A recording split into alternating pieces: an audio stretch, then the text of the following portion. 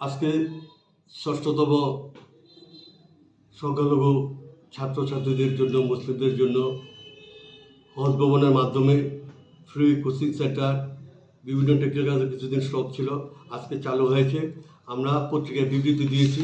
বিবৃতি দল টোটাল 61 জন আমাদের কাছে শেয়ার করেছে এই ফ্রি কম্পিউটারে ভর্তি হওয়ার জন্য।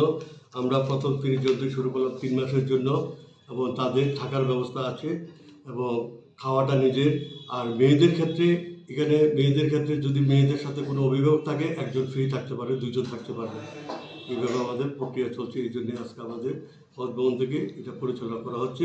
পাশাপাশি আমি আগাবার আর একটা সুসংবাদ দিতে চাই, যে কথাটা বলতে চেয়েছিলাম। ব্যক্তিগতভাবে সবার সমস্যা সমাধান করা সম্ভব নয়। আমরা চাই সামগ্রিকভাবে।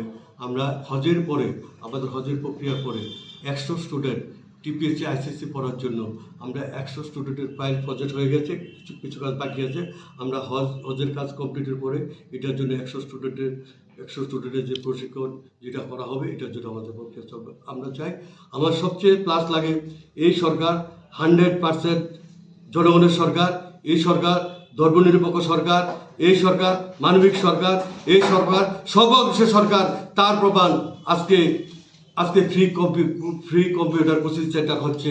পাশাপাশি 100 স্টুডেন্টের জন্য যেটা করা হচ্ছে টিপিএসসি আইসিএসসি পড়ার জন্য, প্রতি বছর যদি পাঁচজন স্টুডেন্ট বের হয়, এটার জন্য আগামী প্রজন্মদের বিরাট লাভ।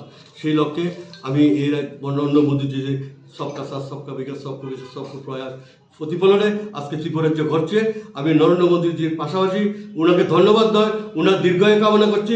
পাশাপাশি এই রাজ্যের মাননীয় মুখ্যমন্ত্রী, জনপ্রিয় মুখ্যমন্ত্রী ডক্টর প্রফেসর মানিক সাহাজি এবং রাজীব ভট্টাচার্যকে আজকে এই শুভ উদ্যম, আজকে হজ ভবন থেকে শুরু করে ওয়াকফ বোর্ড থেকে শুরু করে বিভিন্ন ডিপার্টমেন্টে যেভাবে কাজ চলছে মানুষের প্রয়োজনে, তার জন্য আমি সরকারের একটা পার্ট হয়ে আমি অন্তঃস্থল থেকে ধন্যবাদ জ্ঞাপন করছি। জয় হিন্দ।